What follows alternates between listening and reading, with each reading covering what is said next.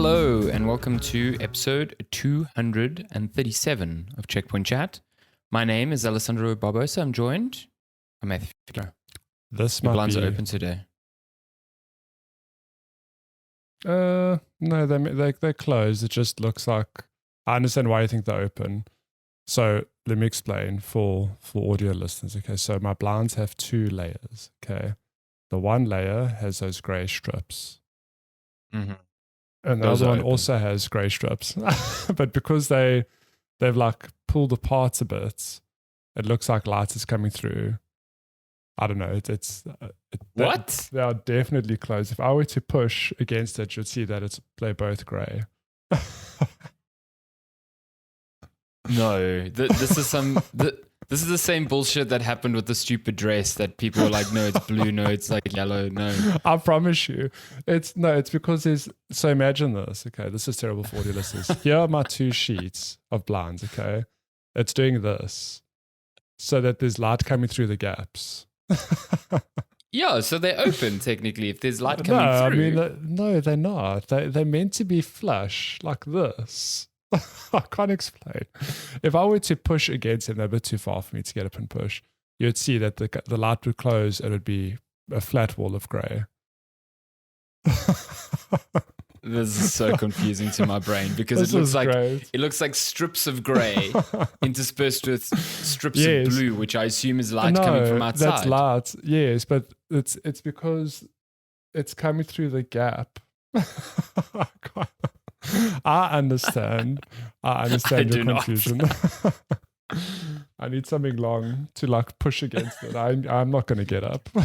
Where is Lenska in your time of need?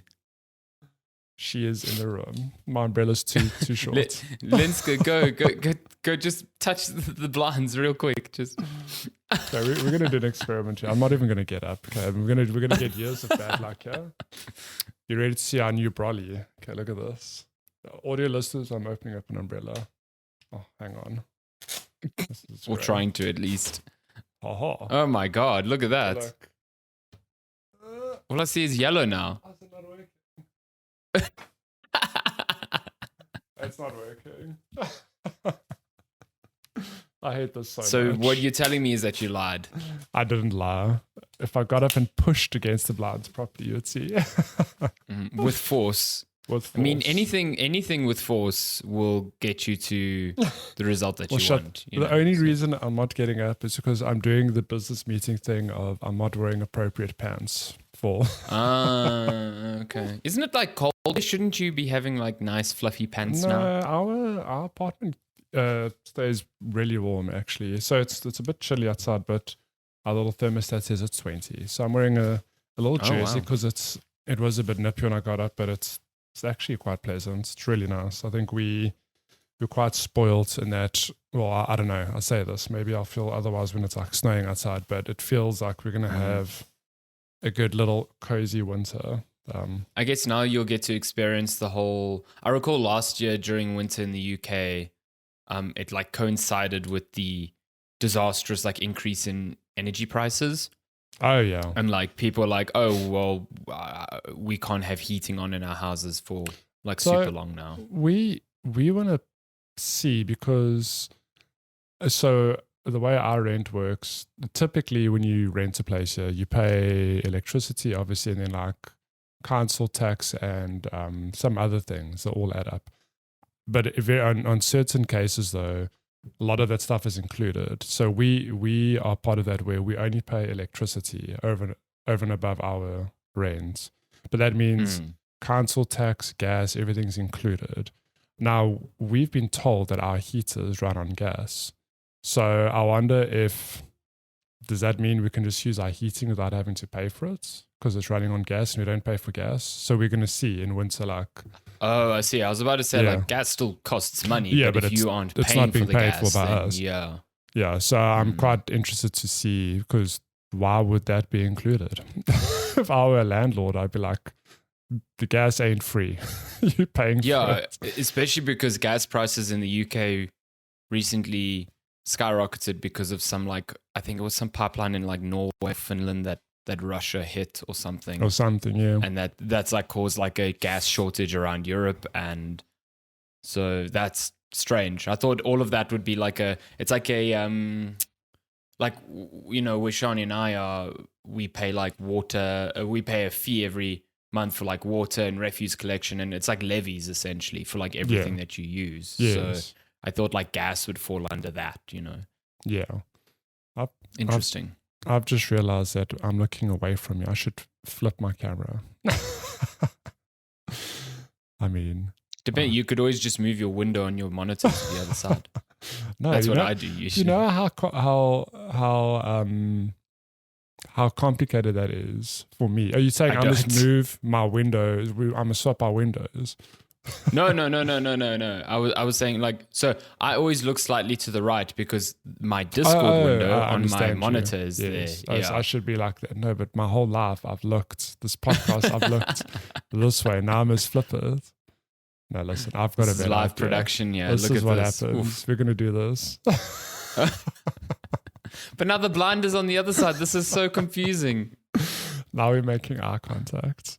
I hate this so much. I hate this. I actually need to go back. Now your kitchen is to what I'm looking at, your left, which is not true. It is to my left in real life, so that's right. What? That is literally not possible. That is literally not possible. It's not. I promise you, this is my left. Look, so maybe I don't know. Maybe maybe the webcam software is messing with us. Maybe it mirrored like an actual mirror instead of capturing real life. I think maybe it's done that because if I look at your body position now, there is no way your kitchen is your left. It is on your right shoulder. Like if I put myself in your position. Oh, yeah. Okay, I understand you, yeah. Yes, okay, this is my left. Oh my God. This is having the absolute best time. Let me tell you, if you're on Spotify, there's video built into this feed. You can go switch it on right now. Just don't watch it while you're driving, please, for the love of God.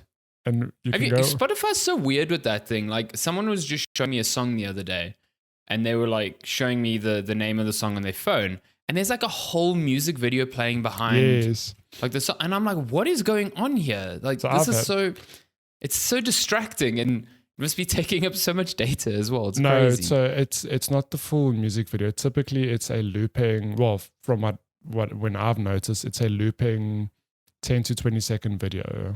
So it's not, but maybe some songs do have the full music video. Like I wouldn't be surprised, but it did seem like a looping thing. Yeah, like I think it wasn't going on forever, but like it just seemed very aggressive. Yeah. Put it that way. Unnecessarily aggressive I'm just listening to music. Buy more mobile data for all those Spotify looping videos. It's so cheap here. It's great. Oh my God. Just always be on Wi-Fi. That's what always I say. Be on Wi-Fi. Or ABOW. You do have the tattooed on your arm, I remember. Yeah. Always be on Wi-Fi. A bow. A bow. The words to live and die by in this modern age of expensive data. You know what always needs to be on Wi-Fi? No, it doesn't. Your gaming consoles. I'm joking. You should plug those bad boys in. No, I'm joking.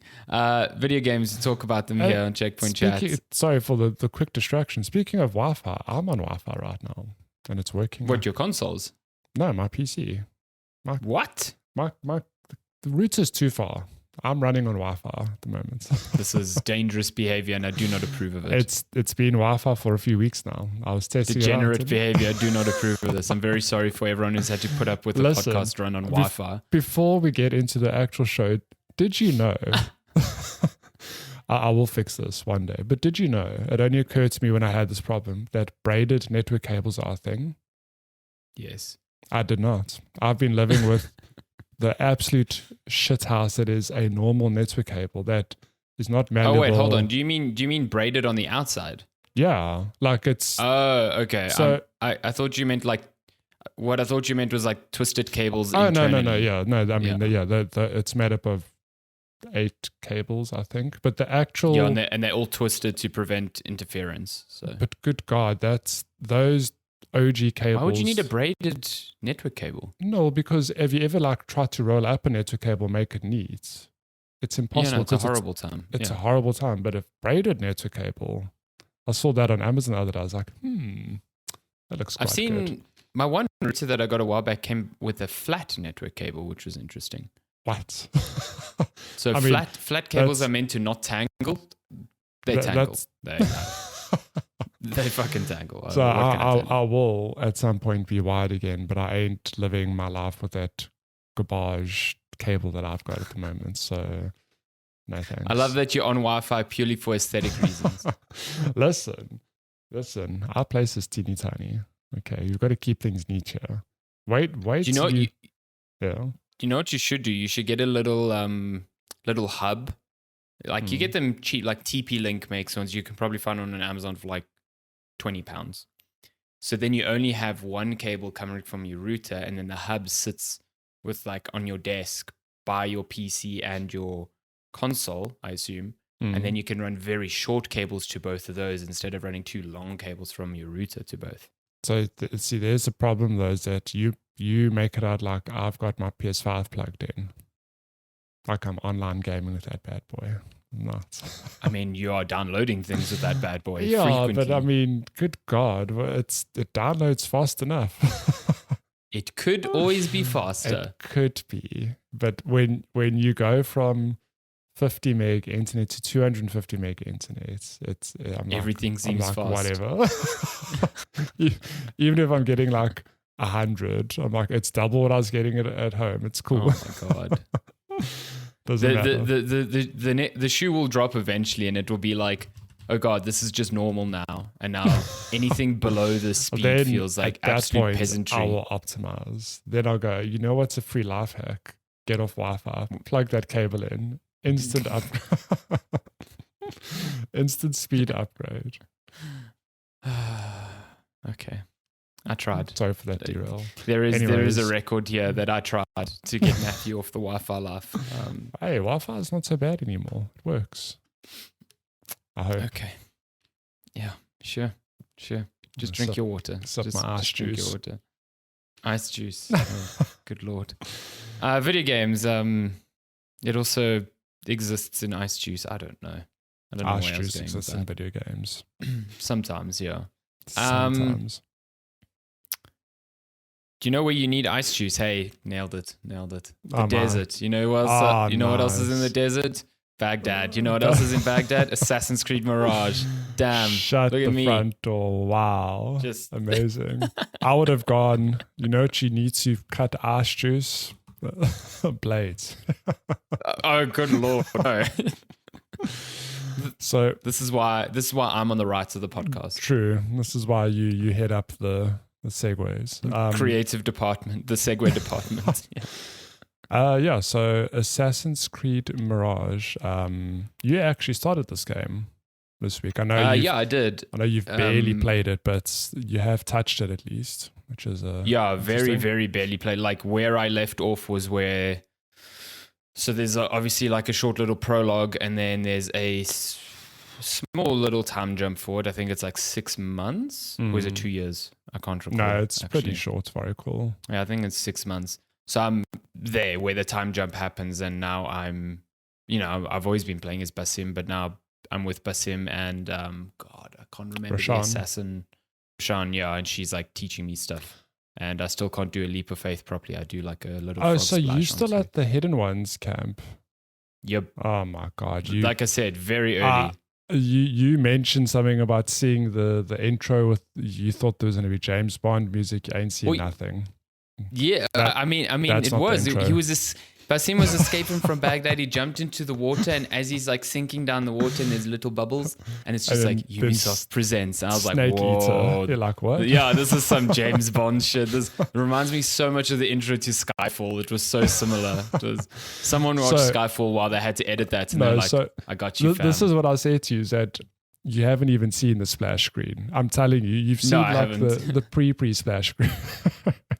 It is weird though that it says that Ubisoft presents and then nothing else, and then it's like, cool, now you're playing again. It's like, oh, okay, cool. Okay, so you haven't actually gone back to Baghdad, okay, but you've touched Assassin's Creed, and so give me your immediate thoughts. Hour about everything. Of the opening hour, I think. the characters haven't grabbed me yet. I just don't. I feel like the prologue was very, very rushed to set up like conflict between certain characters. So you start off with a companion who's very much your companion. You go on 1 or 2 missions, and next thing you never want to see that companion in your life again.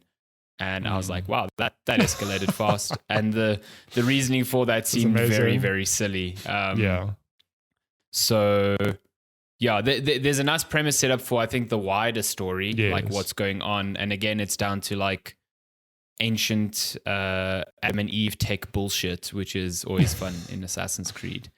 But it is, I mean, from the get-go, it feels very much like the old Assassin's Creed games. The traversal, for better or worse, feels like the old ones. Like it's what I remember, and I'm like, yes, this feels familiar. And then when I want to traverse downwards on something, I'm like, oh, right. Yeah. I fucking remember why they changed this. This is also why I don't understand. There've been a lot of arguments as to why Mirage didn't use the parkour system from Assassin's Creed Unity, which I'm also like wondering the same, because that one Unity or felt like the Valhalla? Unity. Oh, specifically from Unity. Okay. Yeah, Unity like had a sense of the old one where you still held a button to parkour, but it changed it where like if you held, I think, X, you parkoured upwards, and if you held circle you parkoured downwards. So like you could change direction mid thing, and like in that one, what was his name? I forgot his name. Wasn't it Arno? Oh no, that's it. I wanted to say Antoine. Haven't even played the game. Oh no, nailed it. So you could like get up to the top of a roof, carry on running, and then when you got to the edge of a building, just hold circle, and he would like very neatly parkour downwards. Here, this reminds me of the older ones where you just like you get to the edge of the building and your character just turns around and hangs onto the ledge. And I'm like, oh, for fuck's sake! Like, come on. It's so bit of nonsense there, but it still feels good. I think it's still like running around Baghdad was pretty cool, and Baghdad seems like a cool city to explore. And the stealth definitely feels refined. It's worlds. They've leaned into it much. And it's way more involved than even previous Assassin's Creed games, I feel. So, and I think that will just get more and more pronounced as like I get to play with more tools and learn more mechanics. Because I guess now as Basim is learning to be an assassin, he'll learn like social stealth and stuff like that. So yeah. Wow, that almost looked like a vape cloud coming from behind you. I don't know, it was like a shadow. It was very strange in video. It was Lenska opening the door. So not the blinds. The sun rises in our room. So the moment the doors open, the sun just like streams through. You're going to see it again right now. Vape cloud. Yeah, it does on the video. It's so weird. No, so yeah, sorry, as you were. Yeah, no, that's basically all I got from the pretty much the first hour. Okay. Also, the game.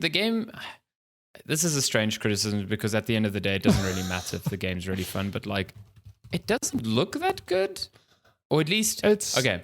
The city looks good. The characters look weird. Yeah, I don't know.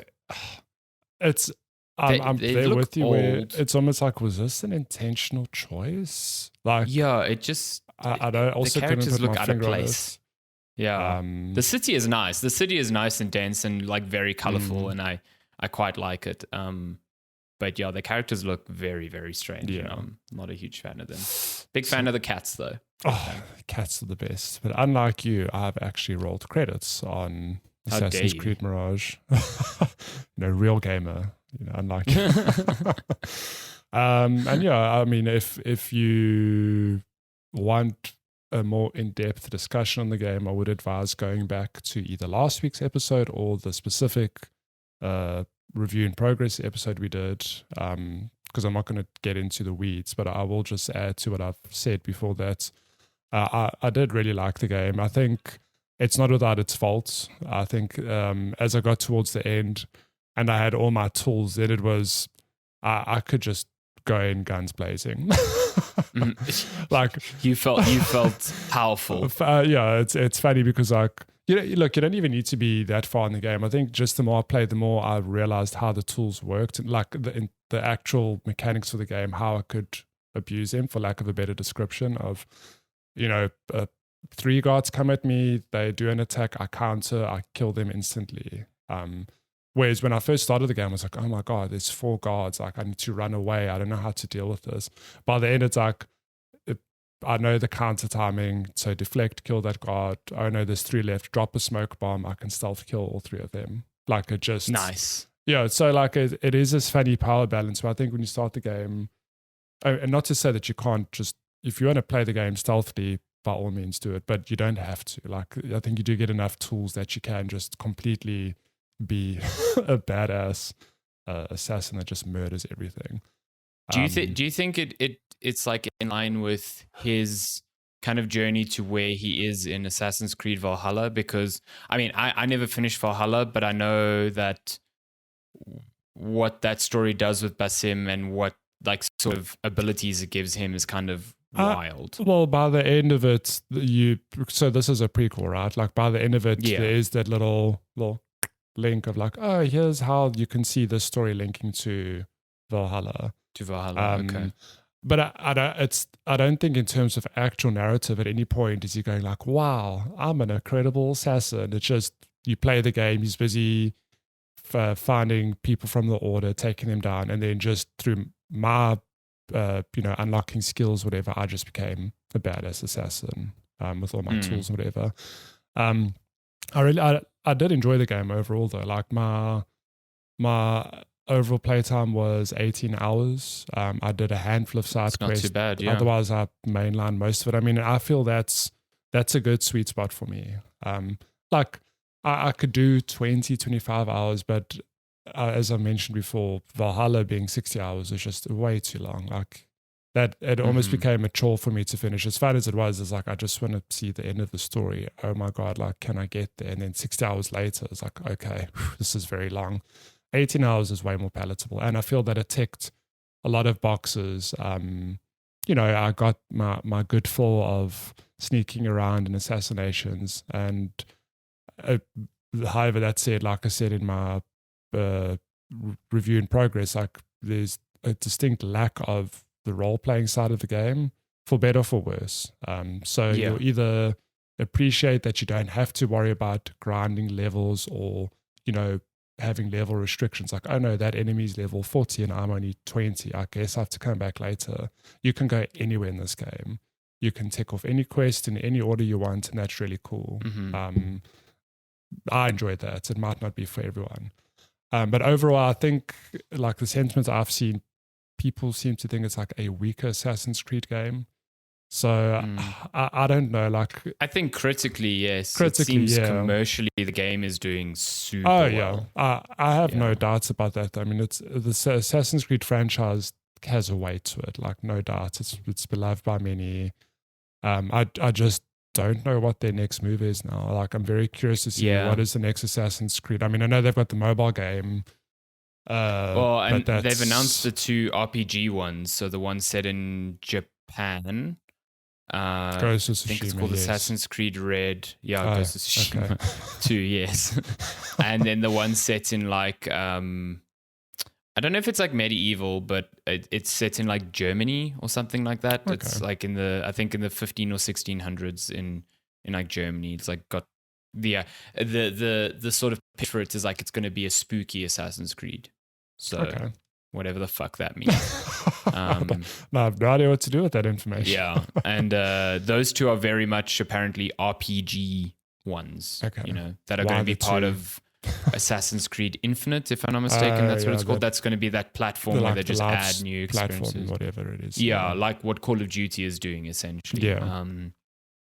But like we were saying, I think last week, like I definitely think Mirage was an experiment to see if they could make these smaller games and intersperse the much larger ones with these smaller ones. And I think they're gonna keep doing that in the same way that a lot of studios have found that there was a good article about this the other day. I can't remember where, if it was on IGN, or about how the sort of standalone expansion has become a viable way to stopgap sequels. So if you look at games like Lost Legacy, that's a good example of like a much smaller Uncharted experience, but still an experience that people can enjoy while they work on the next big thing.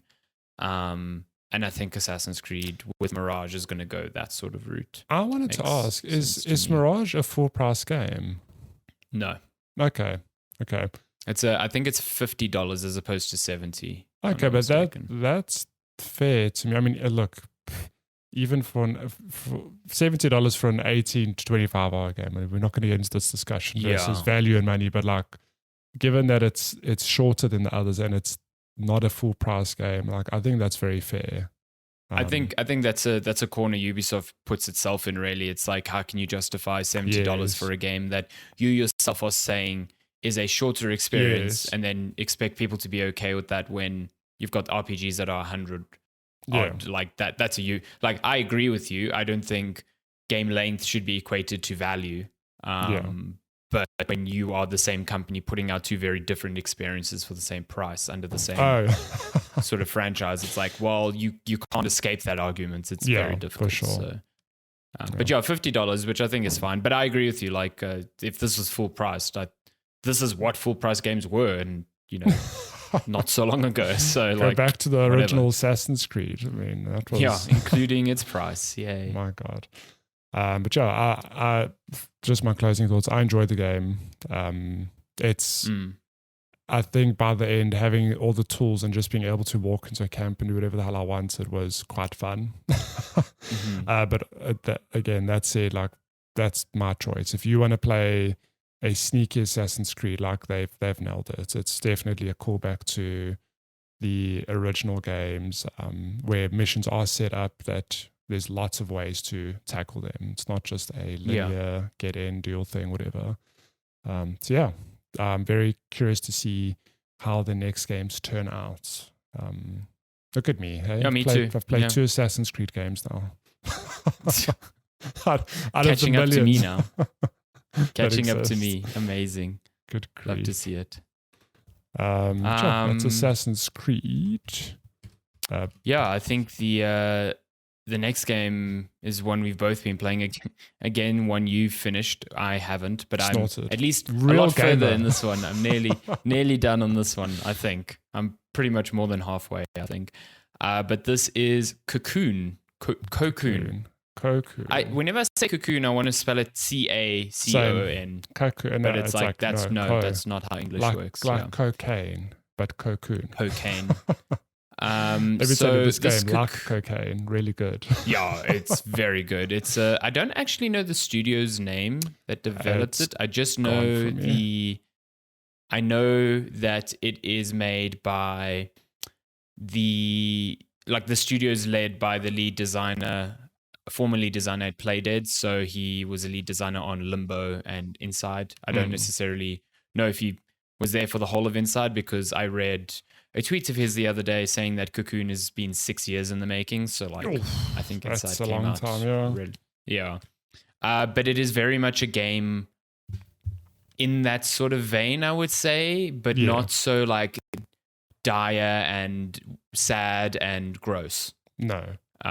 It's definitely not a Limbo. It's definitely not Inside in terms of weirdness, but it's, I think, the same style in terms of, oh God, you could do that. Sorry, I'm just watching you face this boss and you did something I didn't think you could do, but anyway. What did I do? It looked like you had the little exploding bomb thing in your hand, and it looked like the bug collided with you, and then it exploded. It exploded. It's but possible. I think you probably pressed A and then exploded. Yeah, just before. Nice. Okay, never mind. Real gamer. So it's similar in the vein that it's a linear puzzle game, and its puzzles are extremely inventive and clever, and its world is strange and weird. They tell you nothing at no point. Literally nothing. Like all those previous games you mentioned, Limbo and Inside. There's no here's a tutorial. Push A. It's literally you start and you just have to figure out what the hell's going on. You're right. They don't even tell you that A is like your interact button, but they like say nothing. Throughout the whole game, you've got 2 actions: move and press A to interact. And with those simple things, you can do a lot of complex stuff. So you play this bug thing in, I don't know, I wouldn't even say a bug world. This isn't like a Hollow Knight situation. God. This is more like the layers in this place are insane. Yeah, there's a world. So, okay, if you have not played Cocoon and you do not want to know the central like conceit for like how its puzzles work, you should probably not listen to this, because like that in itself is such a magic parts of this game that I think, not knowing it prior isn't a spoiler because you're still going to experience it. Yeah. But like seeing it happen for the first time is a big like, oh, this is what this is, sort of moment. So yeah, that's your warning. But essentially in Cocoon, you get access to these little like orbs. Like if you're watching the footage on the video feed now, you get these little orbs that are themselves self-contained little worlds that when you place this orb on a pedestal, very certain pedestals, you can then like enter those worlds. And within those are their own sets of puzzles.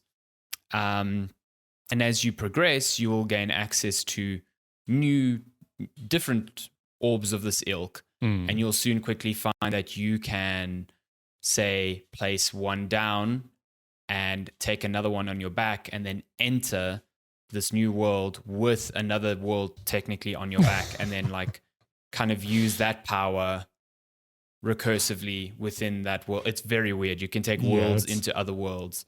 It's some mind-bending stuff. It kind of is, but at the same time, like from that standpoint, it sounds like, oh God, this is very complicated. I've not felt overwhelmed at all by this sort of choices because I think it limits the choices you can make with regard to the combinations you can do in a way that doesn't feel like it's unsatisfying, but it also takes out a lot of the guesswork and a lot of the complexity, which would probably make it too complicated. Yes. So there's a very fine balance between the two, and I think it strikes that really, really well.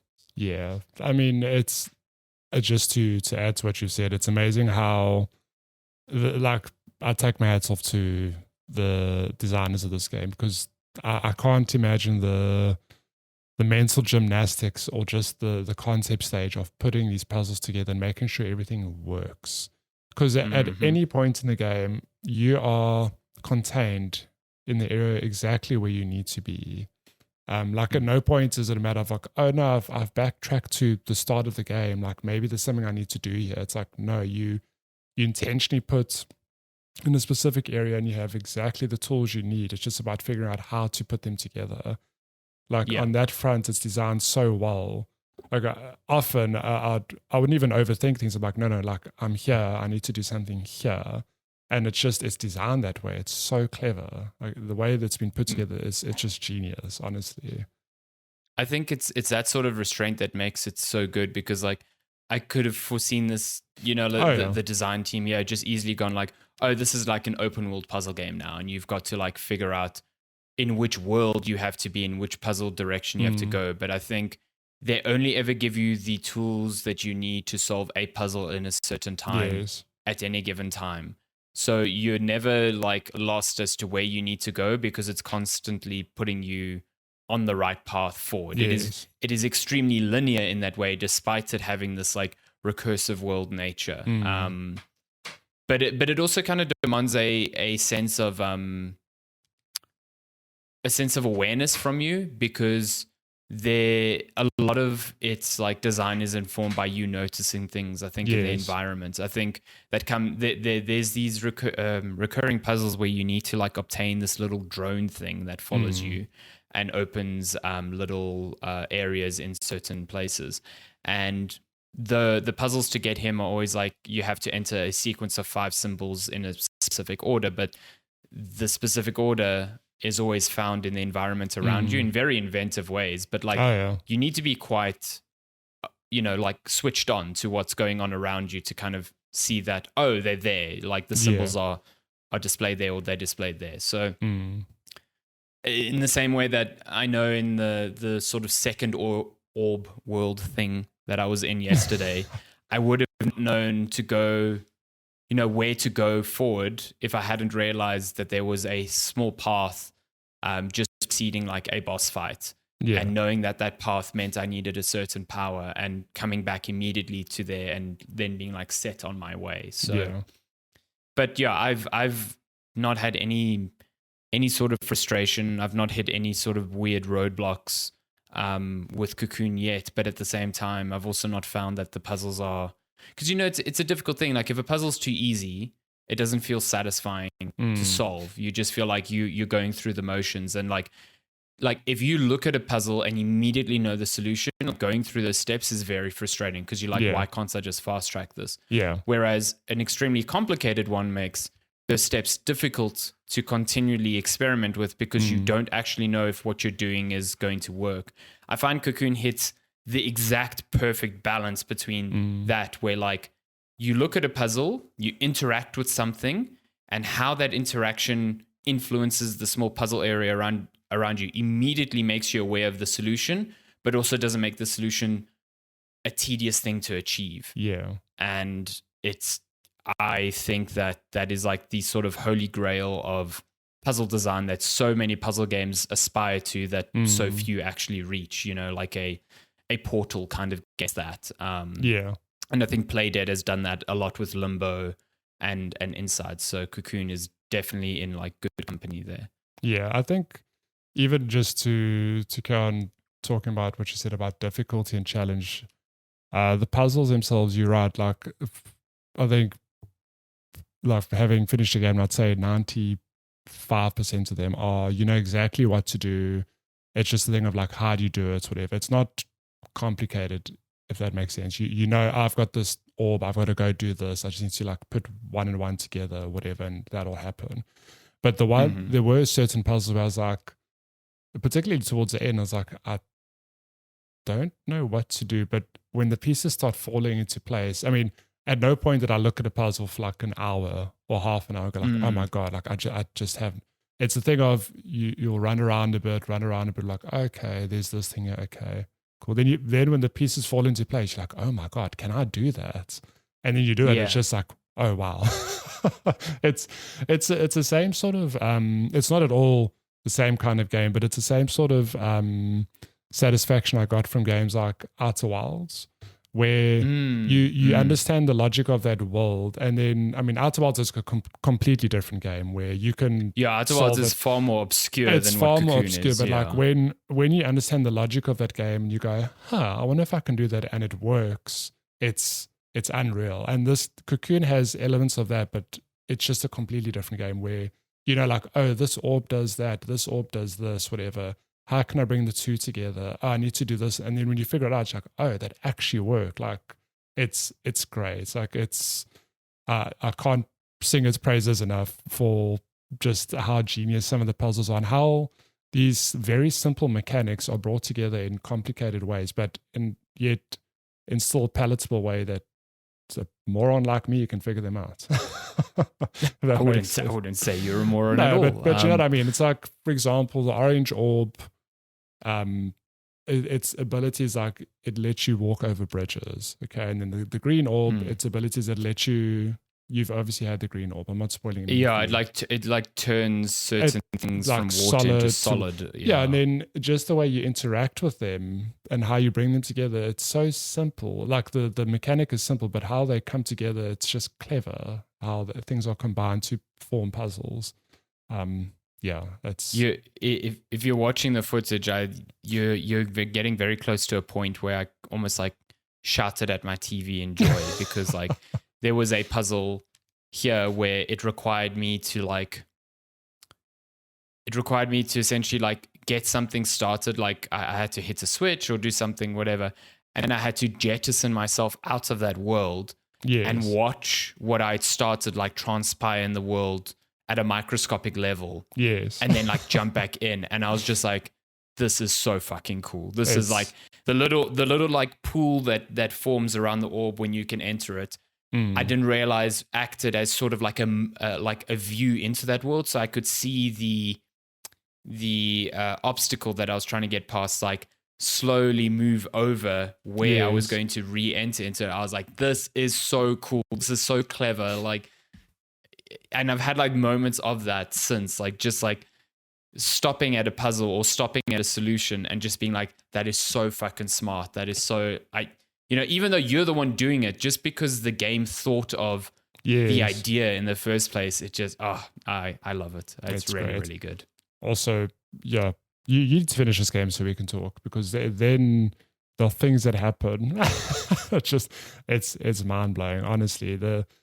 I just can't sing its praises enough of how simple it is to understand, but how it gets you thinking, and you do some really wild things. And when it works, you're like, oh my God, like I can't believe that actually worked. You just it's too good. It's really good. It's also a game with no combat, but also incredibly good boss fights. It's even really good. It's got really good boss fights, and you might think like, oh no, boss fights, Dark Souls.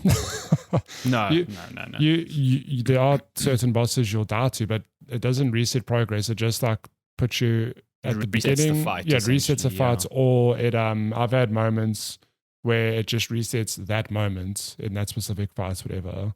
Oh, really? If it's like an extended fight? Yeah. Well, no, you'll see. I think you'll know what I'm talking about if it happens to you. And the boss fights I do like that it's a very basic, like, 3 hits on the boss and it's dead, but it also subverts that somewhat by like, after the first 2 phases, the boss fight changes completely for the very last hit. And it's like, oh, that's quite clever. I do like that. And the boss fights themselves are so varied and interesting as well. It's like, here's a tool specifically for this boss fight. Yes, yeah. All the mechanics for each boss fight change. And again, they use the one-button nature of the game in a very, very interesting way. Like, they give you so much to do with so little input. It's really fascinating that, like, so modern games now require so many different button combinations to do simple things. And this is like stands in the complete opposite, Yeah. So yeah, Cocoon, it is on Game Pass. Would recommend. Yeah. It's very, very good. It's on Game Pass. It's on Switch as well. I think it's on many platforms. I don't think it's on PlayStation. I think that's the only place it's not at yet. Yeah. But it is on Switch, and it is on like PC and Xbox, and it's also not particularly long if you're worried about this super lengthy puzzle game. And my playthrough was like 5 hours, 20 minutes. So add or remove some time depending on how smart you are, potentially.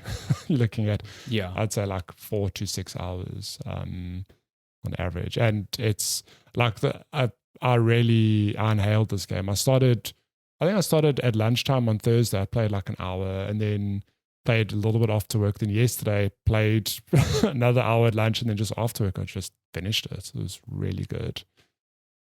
Fantastic game. It's actually quite nice in small little chunks, because I feel like getting each new orb and exploring each new world can be a new play session. Like if you played in one session, I don't think that's a terrible thing to do. But I definitely think you can play this over time. It's nice, So nice to have a nice brief short game that kind of knows its length, knows what it should be, and delivers on that. Uses its time incredibly wisely, I think. Yeah. I wanted to ask you one last thing. This little, sorry for audio listeners, this is a part where you said you sometimes get like a little floating machine to come with you to unlock certain things. Yeah, the little drone boy. Did you ever notice how it telegraphs exactly where you need to go at certain points? Like it's pointing the direction you need to go, for starters. And then I saw that he was pointing back at the orb. He's like, you need to go back there. Exactly. Which I also only noticed. I was like, am I in the right place? And it points at the orb you need to be in as well. I was like, it's so clever. I didn't notice that. That's so cool. It's just like this is the exact moment I was talking about earlier. Yeah, it's too clever. Oh my God, so cool. So cool. When that happened in real time, I was just like, oh my God. But I mean, I just wanted to point that out. I see now it's like rotating to show which direction. I guess it's pointing back towards the blue thing that it needs to like eventually be used in. So, but it's just because there are points in this game where I'm like, I don't know which orb to be, and I had the drone boy. I was like, oh, it's pointing to the orbs, this specific orb. I clearly need to do something there. Cool. It's very clever. Just smart design, and you can see it throughout the game. Really, another reason why I think like a lot of this game is very contextual, but at the same time not obtusely contextual. Doesn't expect you to make hectic assumptions without really having all the info. Yeah. It is a fantastic time. Cocoon, please play this game. Would recommend. Yeah, great Another game. Great gem of 2023. Unexpected. Yeah, definitely going to be in a top 10 list. I had no idea this game was even coming, let alone that it existed. Same. And very nice. Oh, it is on PlayStation, and the only reason I know that is because of the controller. 24-bit games here in Johannesburg helped do the porting duty for Switch and PlayStation. Nice. So definitely is on PlayStation. Well, there you go. My bad. Cool. Yeah, that is games. Should we jump to game release? Wow, imagine I could type game releases of October as the this is a week actually. This is the week in October. This is the week. Oh boy. Yeah. So we're looking at games coming out from today, October 14th, all the way up to a pretty boring date of October 20th. I know. I know. There's too much. I just kept scrolling. There is so much, and there's so much good stuff as well. Wow. Even indie wise, there's some great stuff. Good grief. Okay, let's get going. Oh, geez, I've got a hair on my microphone. I just need to pull that quickly. Kingdom 80s? Yeah, Kingdom 80s. PlayStation, Xbox, Switch, and mobile, October 16th. A Boy and His Blob Retro Collection. Love it. PlayStation Switch, October 17th. Skull Island, Rise of Kong. Is this based on the Netflix show? I have no idea. PlayStation, Xbox, Switch, and PC. Who knows? Sonic Superstars, the new Sonic. Wow, bold of a new Sonic to come out the same week as the new Mario. Hey, sure. Wow. PlayStation, Xbox, Switch, and PC, October 17th. The Caligula Effect 2. Oh. PlayStation 5, October 17th. This is an indie game I'm quite excited for. Wizard with a Gun. Looks very cool. PlayStation, Xbox, and PC, October 17th. Hellboy, Web of Wired? Something. Don't know. Something. PlayStation, Xbox, Switch, and PC, October 18th. Slender the Arrival, PS5, Xbox Series X and S, October 18th. The Troop, coming to PC, October 18th. Cavern of Dreams, PC, October 19th. Endless Dungeon, PlayStation, Xbox, Switch, PC, October 19th. Gangs of Sherwood, PS5, Xbox, PC, October 19th. Gargoyles Remastered. Ooh. That's the old Gargoyles Disney game. That's pretty cool. PS4, Xbox One, Switch, PC, so not current gen console versions. Weird. October 19th. Of course, we're getting to the end of the year, so Jackbox Party Pack. This is the 10th one. Oh my God. Yeah. PlayStation, Xbox, Switch, PC. I assume mobile, you use your mobile to play. I was going to say, why is it not a mobile? October 19th. Leica, Aged Through Blood, PC, October 19th. The Seventh Guest VR, PSVR 2, PSVR. PSVR 2 and PC VR, sorry. World of Horror. Wow. Sure. That's just in time for Halloween. Love to see vague name, but yeah. Switch, PlayStation, and PC, October 19th. Cattails, Wildwood Story. What is all of this? Coming to PC on October 20th. There's just so much. Okay. Big games. Slay the Marvel Princess. Spider-Man. Yeah, Slay the Princess. PC, October 20th. Fuck. Marvel Spider-Man 2, PlayStation 5, October 20th. Nice. And then Super Mario Brothers Wonder coming to Nintendo Switch on October 20th as well. So this Friday, spoiled for choice if you have a PlayStation or a Nintendo Switch. If you have an Xbox, just play Cocoon. just go play Cocoon. just get Game Pass and play Cocoon. Or just hold on to Game Pass and play City Skylines. Oh, but that's PC only. Never mind. Yeah, it will eventually come, but yeah, for now. And I mean, for the rest of the month, we still got Metal Gear Solid, Ghost Runner 2, Alan Wake 2, Silent Hill. Silent Hill Ascension's mobile? Yeah, it's the mobile one of all the announcements that they made. Okay. Yeah. Cool. Well, there's a game in November. I was just scrolling down, early in November called Thirsty Suitors. Have you not seen the trailer for Thirsty Suitors? No. You should watch it. Is it a pun? Is it actually about needing to keep hydrated? No, I wish it was. Damn. A complete table flip of like, you thought our game was this and it's that. Oh, there's even a Warcraft game coming to mobile. Something for Matthew to get engrossed in.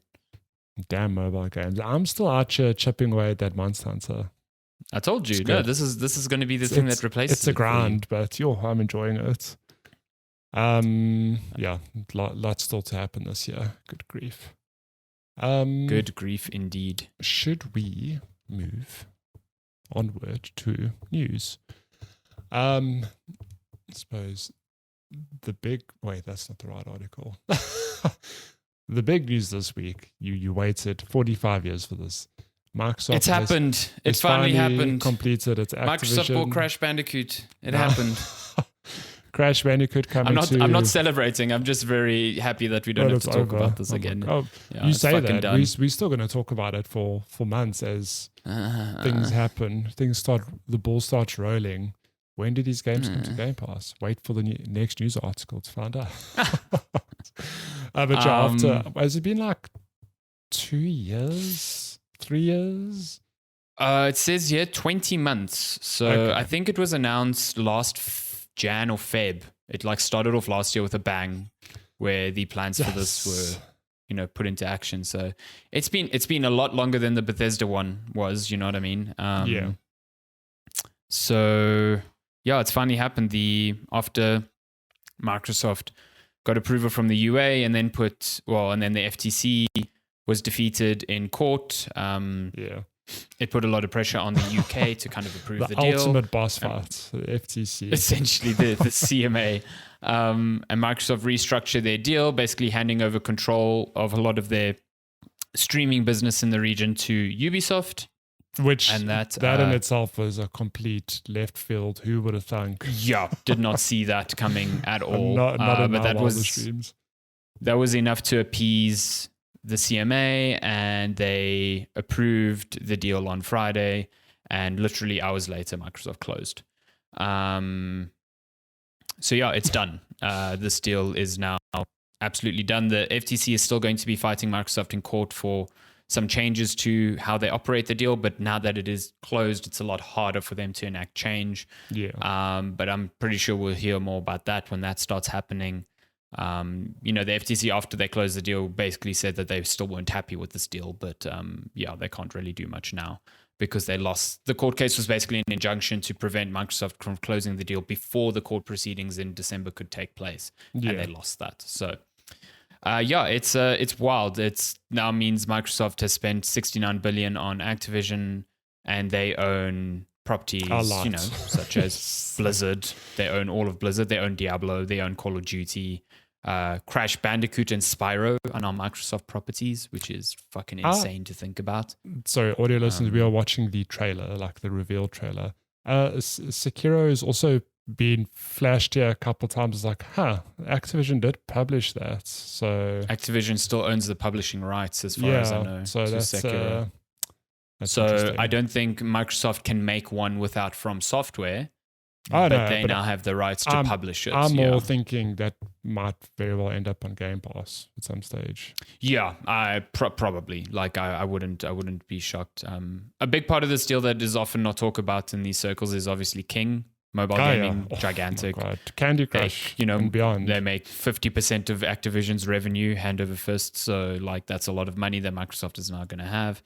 But yeah, I saw a lot of people tweeting yesterday, acquisition is easy, integration is hard. Yeah. And we've seen that with Bethesda. There are still issues with, more than a year and a half after that acquisition of integrating that into the Microsoft ecosystem, because Bethesda still operates as a separate entity, much like I think Activision is going to operate as a separate entity. Like Bethesda is still the publisher for Starfield. Yeah. It is a Microsoft game, but Bethesda is like the arm that is in control of it. And I think Activision is going to remain in the same way. You're not going to see those names disappear. But now, what sort of oversight does Microsoft have on Activision dealings? We saw with Bethesda that after the situation with Redfall, that Phil Spencer said they should have been more active in helping them. Helping them or at least steering them. But I'm pretty sure at the time Bethesda was like, well, we just want to keep doing what we want to, what we do. So it's a very this balance now is very difficult. But I think the core thing now is figuring out what to do with Call of Duty, because that franchise has been in a bit of a weird spot for a very long time now. But still prints money, basically. Yeah. Which is... And then what the fuck to do with Blizzard? Because that is a company that is in desperate need of help, I think. Also, just in terms of culture, like Activision specifically with, I mean, I think we'll touch on it in the news later, but old Bobby Kotick is still CEO of Activision. And until the end of the year. Until the end of the year, but it's still like, it's just weird. Yeah, no, I mean, there's been a lot of criticism for like the timing of this. Like Microsoft did use, again, this is business. So like business is business, but Activision basically went up for sale, quote unquote, when they were facing a lot of questions about their workplace culture and how it led to a lot of, sexual assault on employees. And there's that horrible story of the one employee who committed suicide because of apparently something that happened on a work trip with the manager.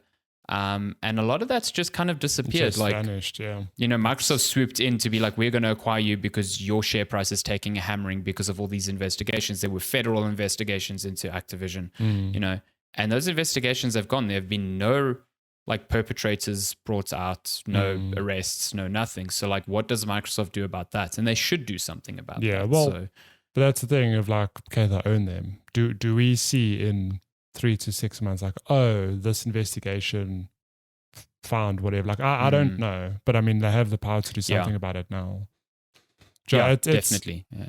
But I do think just the acquisition as a whole, like, I don't know if we'll see something this huge for a very long time. Like, it's a massive I think acquisition. I think Microsoft's still going to be purchasing people, but on the scale, I don't think we're going to see much. I mean, there was that small news story floated around earlier where Disney was being asked Disney leadership was being asked by shareholders to make a purchase of EA. Like, we keep hearing about how Disney wants to have more control over its video games because its properties being licensed out aren't really working. So maybe that happens. I don't know. I also don't think a company of Disney like Disney would want to take that risk again. They literally got out of games not even half a decade ago. Yeah. So I don't know. But yeah, I think this is the biggest one we see for a very long time. But also the fact that this went through sets a precedent that mergers of this magnitude can work. Happen, yeah. So does Sony go after a big target now? I don't know if they have the money to, but at least now they know that the regulatory hurdles, they know how to overcome them, Only Microsoft could have put up with an acquisition this long for this long. Yeah. I think also I don't at all mean this in a condescending way, but I also think the average gamer who's pro PlayStation doesn't understand how much money Microsoft has, because it's all good and well to gigantic. Go like, well, Sony's going to go buy whoever. I'm like, I don't know. Sony's not going to buy EA tomorrow. I don't think they have the financial means. Like, don't get me wrong, Sony's huge, but Microsoft is massive.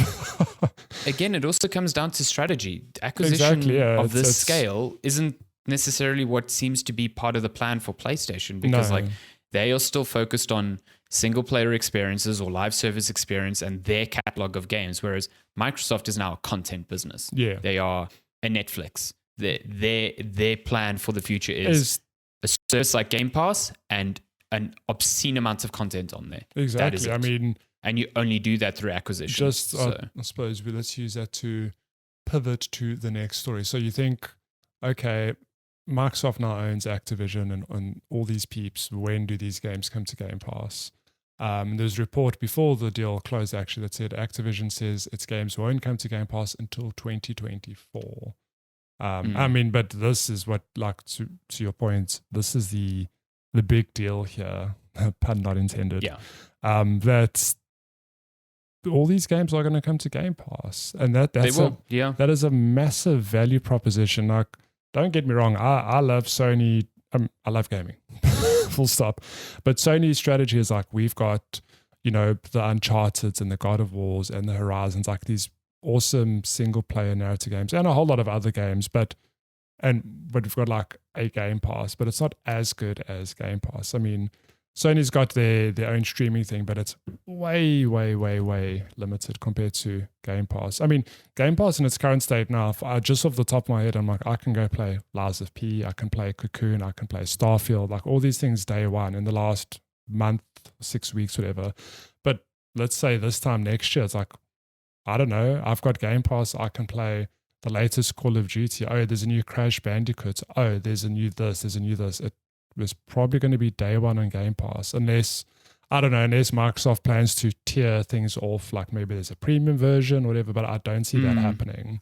At least not I don't yet. see it happening, no. I mean that would dilute the purpose of these acquisitions, I think. So I think just like Bethesda, I recall Bethesda games took some time to get onto Game Pass, but like once that happens, then like, you know, everything new going forward just comes to Game Pass. That is the purpose of all of this. So yeah, I mean, I think by like Feb, March next year, we'll see Diablo 4 and Modern Warfare 3 on Game Pass. And that's already like the most recent examples of Activision content. It's mad talk. Mm. And then maybe we get like, you know, it's a big thing. You get the whole back catalog of Call of Duty on Game Pass. Oh yeah. That's every huge. single Call of, but yeah, to your point, every single Activision game before, like, yeah, it's, I mean, just on the Blizzard front, imagine having like all the Warcrafts, all the Starcrafts, everything they've touched. And you've got PC Game Pass. Here you go. You get access to all these games. I do wonder, I'm very curious, do future Blizzard games, like I know Diablo is an exception, but do future Blizzard games like a StarCraft, for example, I mean, I know that franchise doesn't exist, but specifically PC-only franchises like World of Warcraft, do they at some stage, I'm talking like very long term, get a console version for Xbox? Like, I don't know. These are things that could happen. Could be. I suspect that, because I was just thinking about this now, like we have the Battle.net launcher as well, where you can still purchase games. And I know that, you know, over time that evolved from just Blizzard games to that's where you buy Call of Duty, you know what I mean? And then Call of Duty came back to Steam after being away for such a long time. I don't think those two things are going to go away. Like if you look at Microsoft now on PC at least, they still release all their games on Steam. Because they're still like, if you want to play on Steam, you can definitely do that. You just purchase it there. The Game Pass is, you know, stuck within our Game Pass app because we want that to be your entry point to the rest of Game Pass. But if you want to play on Steam and you prefer Steam and I like to purchase your games outright, we still have that option for you. You know what I mean? The Game Pass app still talks to other apps. Like if you, because you know, on PC Game Pass, you get access to EA Origins, for example. So if you play The Sims 4, you'll launch it. I think you can launch it through Game Pass, but it's still going to open up the EA app. Oh yeah. So probably do the same with Battle.net. So I think you always need like the Battle.net app, but they don't talk in the way that like if I own PC Game Pass and I want to play Forza, but I want to play it via Steam. It's like no, these are two different versions. They say They like you can't play a game from Game Pass on another platform. You have to always the entry point is always from Game Pass. If it needs to launch another launcher, then it does that. Like, but the entry point is always Xbox's app. But I think Battle.net will still be around. Like, if you want to purchase outright the next Diablo or whatever, like you can do that. But I do think you're right. Although now that they control that marketplace, I do wonder if they go, okay, we're going to link Battle.net and Xbox accounts so that if you log into Battle.net and we can detect that you own Xbox Game Pass because, hey, we own both of these systems, then you just have access. Whereas with Steam, obviously Microsoft doesn't own that, so they have no way of doing that. Yeah. So it's interesting. I don't know. That could be cool. See. But I suppose keeping on with Activision news, last piece, this is some wild stuff. What the fuck was this? This was weird. So Activision hired James Corden to host an employee meeting with old Bobby Kotick. Why? Tell me why. Why this happened? Explain this. I don't know. Like, yeah, but I just have no words. I threw this article in because I thought it was very, very random. But I suppose the most interesting tidbit that came out of it is that old Bobby mentioned the reemergence of Guitar Hero and other things would not be possible without the different types of resources, blah, blah, blah. So it's like, okay. Guitar Hero is potentially coming back, but Why? I'd be down for a new Guitar Hero. I just do not think that that's ever going to happen. I don't think. Not in this day and age. They tried to bring Guitar Hero back already. It didn't work. I know. It didn't work. The day and age of plastic peripherals. It just screams to me that he's so out of touch. Like, yeah. I mean, there's some wild quotes here from old Bobby Kotick. Like, so it says here, according to Eurogamer, that Kotick told James Corden, also referred to as the cat star here, which is really funny to me. I was a laugh. It's just really funny to me. That the company had a, quote, magic and special culture, and that it was the same magic which had attracted Microsoft. So, really, like we said previously, it wasn't magic that attracted Microsoft. It was opportunity. Yeah. Because Activision was facing criminal lawsuits. So it's a strange kind of magic, but yes. He also says he expects devices akin to Elon Musk's Neuralink, an implantable brain computer interface, to push things forward. Quote, I think you'll see things like Neuralink. You'll actually be able to interact with things on the screen where there isn't a controller. Did Kotick ever play with Kinect? No. Like, that's no controller. That's the same thing, my dude. You need a brain implant, man.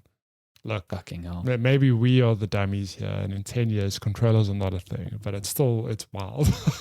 Play Guitar Hero without a controller. You just air guitar, and then Neuralink like interprets all of your systems. This whole meeting is just bizarre. Also, just so strange. Just the fact that just they really hired strange. James Corden to host it, like, why? Great header image, though. I approve of whoever chose that. Very, very good. Love it. But it's funny you mentioned the cat star thing. That also I laughed. It's like, fuck, I laughed at that. That's My God, it's not something you want in a resume. It's a very busy week in games when we've spent a good maybe 10 minutes in news, and we haven't even spoken about a brand new PlayStation 5 console.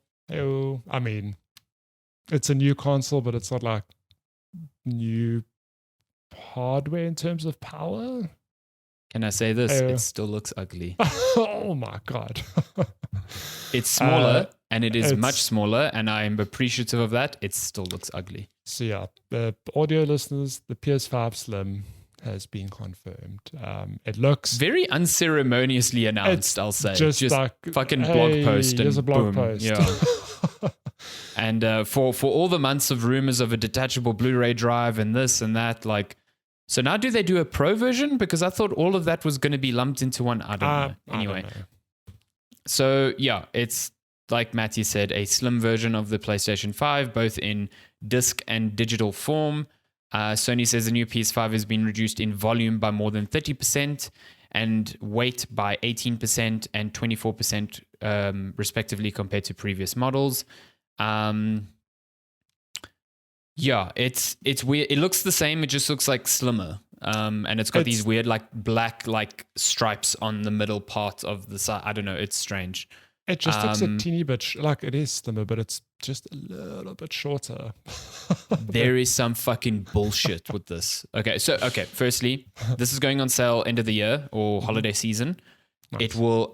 It will replace the current PlayStation 5 model. So the current PlayStation 5 model is basically being taken out back in the shed and just put out of its misery.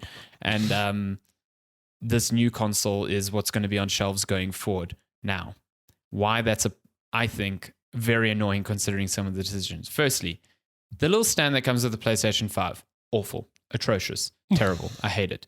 You move the console, it moves. You try and pick up the console, it comes off. It's fucking trash. You know what it is, though? Free. Hold on. Is yours not screwed in? No, I have mine horizontally, so it just pops off. It's fucking stupid. But it's so dumb. Can you not screw it in horizontally? No, horizontally you can't. Okay. Vertically you can. Horizontally it just clips into like little portions on the back, and then you're at the mercy of gravity. Dude, you've done something wrong. No. Okay, no. It's a bad little flimsy stand, but it is. It works, and it works for the most part, and it's free. Now, the new PlayStation 5, both models, comes with a stand. It is only compatible horizontally. The vertical stand is sold separately. That's just, it is, I think, $50 if I'm not mistaken. Excuse me? Sorry, $30. Okay, but still, So that's if you want to lot. have your console vertically, and also the old one isn't compatible with the new one, so you can't just keep it. Oh my It's God. completely different. First thing of annoyance, that's bullshit. I'm sorry. Like straight up bullshit. You're paying $500 for a console and you still need to shell out $30 or nearly 10% more for a stand. Ridiculous. Secondly, the Blu-ray drive is $80? Yeah, $80. An external Blu-ray drive. That is absurd. It should cost half that. Crazy. Okay? It's crazy so that talk. means if you want to take your digital console and make it a disc console, you're going to be paying $480, right? That's like the math you've just done in your head. Wrong. Because the digital version is now $50 more expensive. This is probably the first time in history that I've seen a slim console cost more, not get cheaper, which is fine. That's not always the case, but it got more expensive by more than 10%, the digital version. So now the digital version comes with a worse horizontal only stand. No Blu-ray drive, fine, but now it costs $50 more. And for you to get feature parity with the disc version, you have to pay $80, which actually puts you $530 out, which means you could have just bought a disc version and a stand. I hate this. So listen. I think Sony is taking the piss here. It is unbelievable. You have a choice to make. You can either buy your PlayStation now, enjoy the big boy, or wait and cough up more for the little boy. It blows my mind. It also blows my mind that this was reported on so widely and no one picked up on the price change. Like Sony buried it so well. They were just like, disc version 500, digital version 540. I even listened on some podcasts and they're like, yeah, the prices have stayed the same. I'm like, they haven't. They've drastically changed. What are you talking about?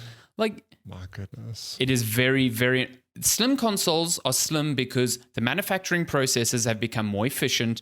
Chips have become smaller, so they require less cooling, so they require less plastic, so you require less volume, blah, blah, blah, blah, blah. All of that means your production costs, your manufacturing costs are lower. So you can either make your slim console cheaper or to keep, market relevancy, you can keep it the same price. Making it more expensive means you are changing your profit margins. Yeah. Like... You're out here taking the piss. Taking the piss completely. It's just, it's outlandish to me. I cannot believe that has happened and like there hasn't been more of a stink kicked up over that. It's just crazy. Anyway. Hate to see That's the PlayStation 5 Slim. Look at it go. Look at it go. It's so cute. Let's bounce through these last pieces of news. This is also huge. The Unity CEO has retired from the company weeks after the pricing controversy. For those of you who don't recall or might have missed it a few weeks ago, Unity basically restructured their pricing plans, I guess, or the pricing model, which could very, very negatively affect a whole lot of developers. It got huge backlash. And I guess this is what happens. The CEO is like, I'm out. Peace. Get out of here. Yeah.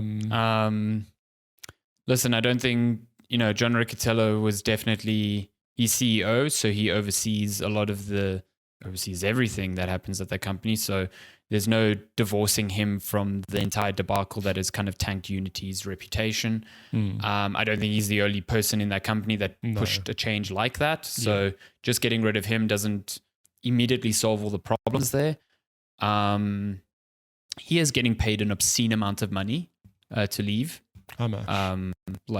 I don't think Eurogamer mentioned it, but it's millions. Like so much money. He was offered like a massive bonus in stock options. He was, the incoming interim CEO's got a package of $1.2 million a year. It's like a lot of money. So yeah, it's the continuation that we see in the games industry of really, really bad people continually failing upwards. One might look at Phil Harrison as another example of this. But yeah, John Riccitiello, who was like yeeted out of EA and then now did this at Unity, just making tons of money for being an absolute fucking idiot. Yep. It's great. Love/hate to see it. Yeah. In other news, Ubisoft delays free-to-play shooter X Defiant again. to address inconsistencies in the game experience. How many times has this game been delayed now?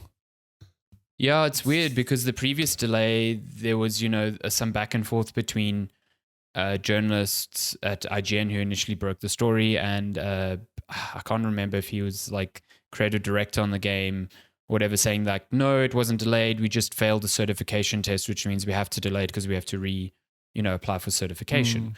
And he seemed to suggest framing it as a delay, put a negative spin on where the game's progress was at, and actually damage the game. And now it's actually just been delayed, and it's been delayed indefinitely as well. So yeah, I don't know. I think this is just a continuation of the growing problems with launching a live service game, finding the right timing.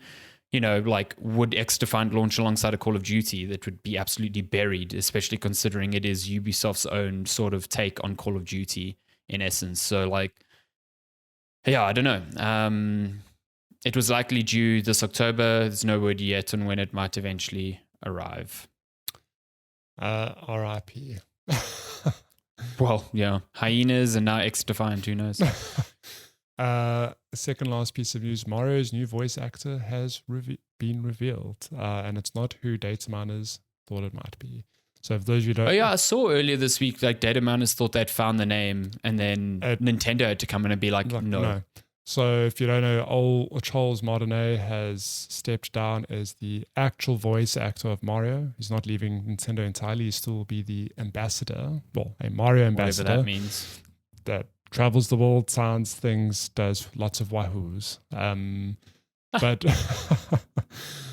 he has been replaced by, I cannot find, so data miners previously believed that Mick Wingert, another actor whose name was listed in hacked files, would be voicing Mario, but that is not the case. Where's the name? I saw it earlier when I put this piece here. The actor's name. The actor's name, yeah. It is Kevin Afghani. Kevin, Afghani? Yeah.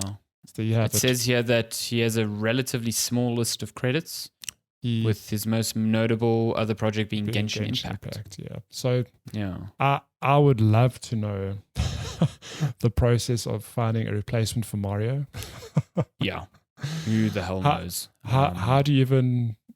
How do you admin that? What does the audition look like? Or they say, give me a wahoo, give me a let's go, and they go, oh my god, this is the one. He's got it. You nailed it. You sound so Italian. It's great. You sound so Italian, but also fake enough to not be Italian. Which I mean, it is funny when you think that Mario doesn't say much. Okay, but the old Charles Martinet has been like, he's attached to the character for obvious reasons.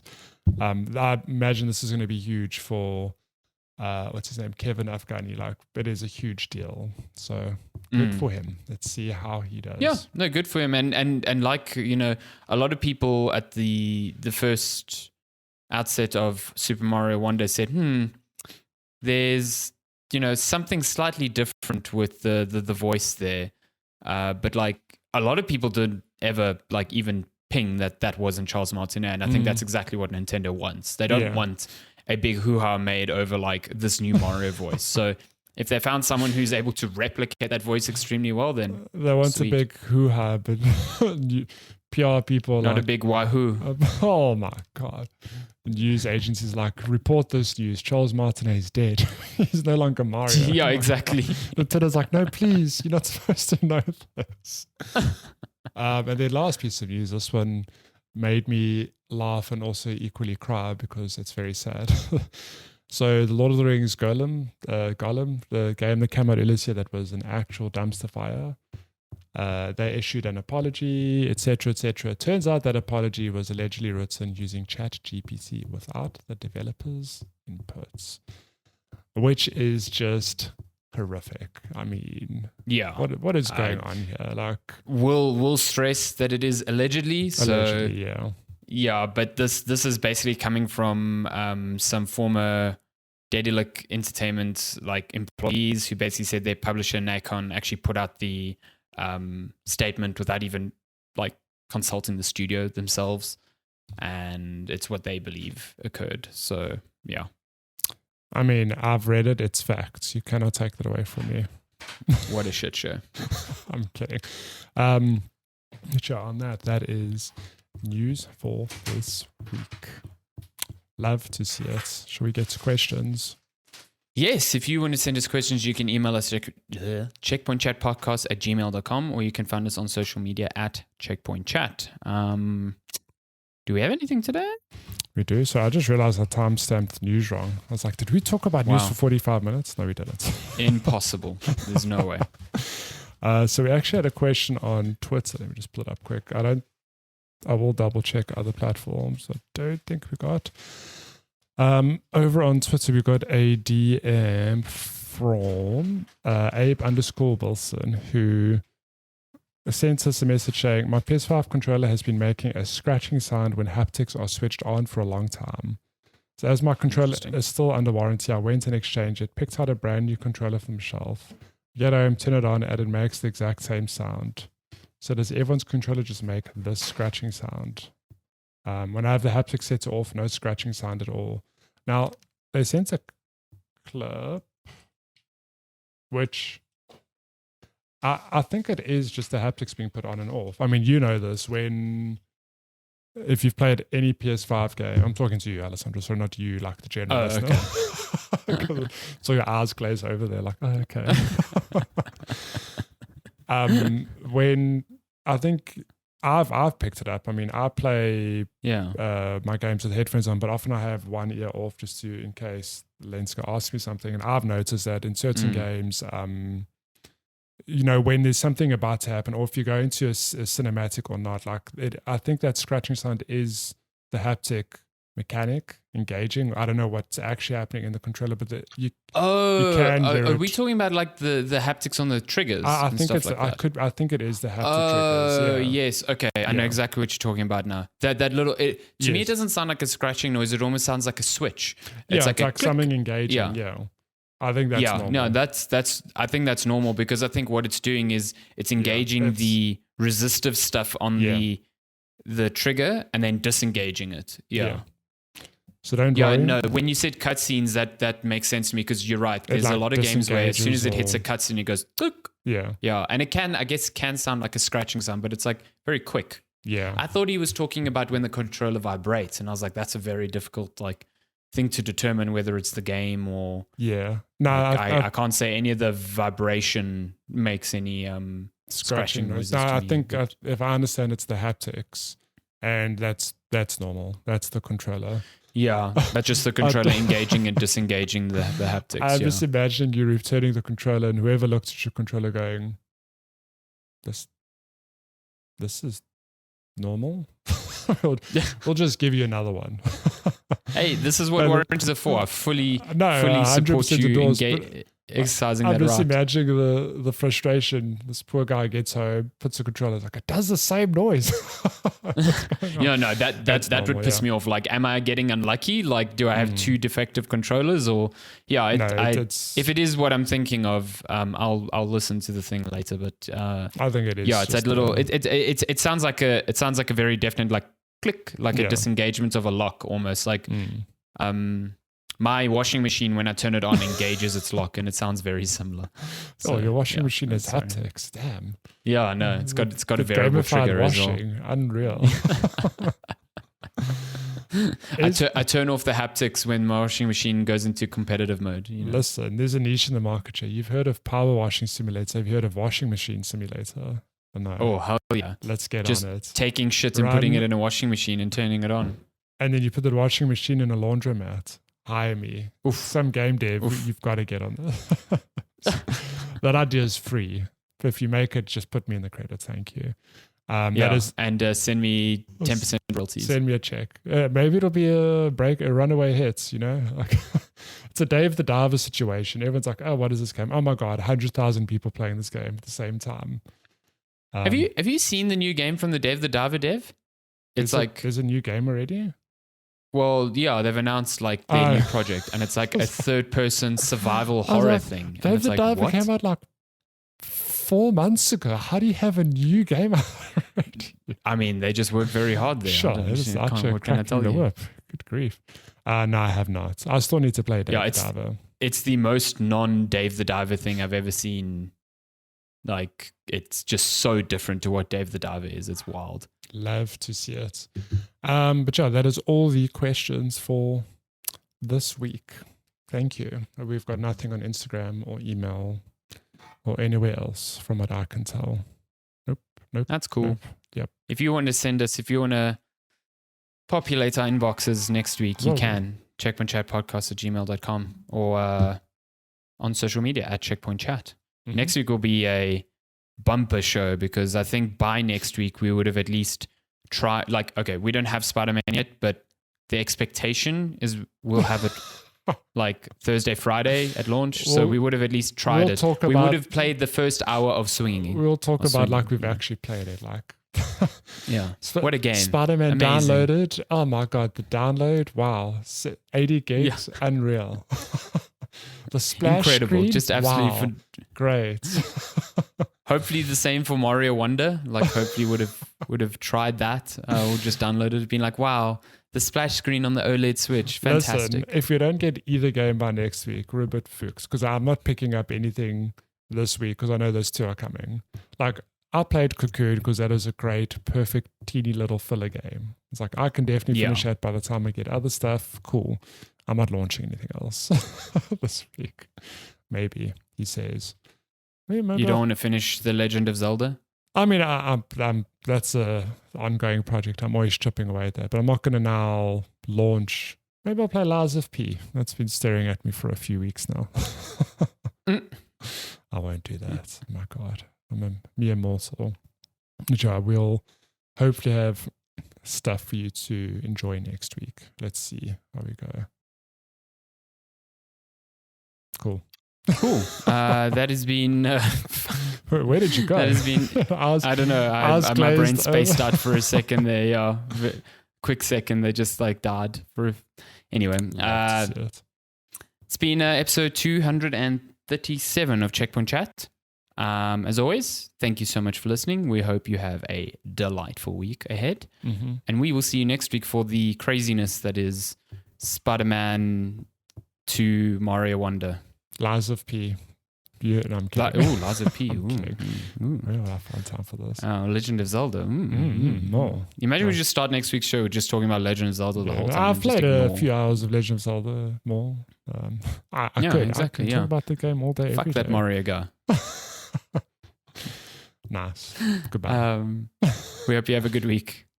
We'll see you next time. Goodbye. Bye.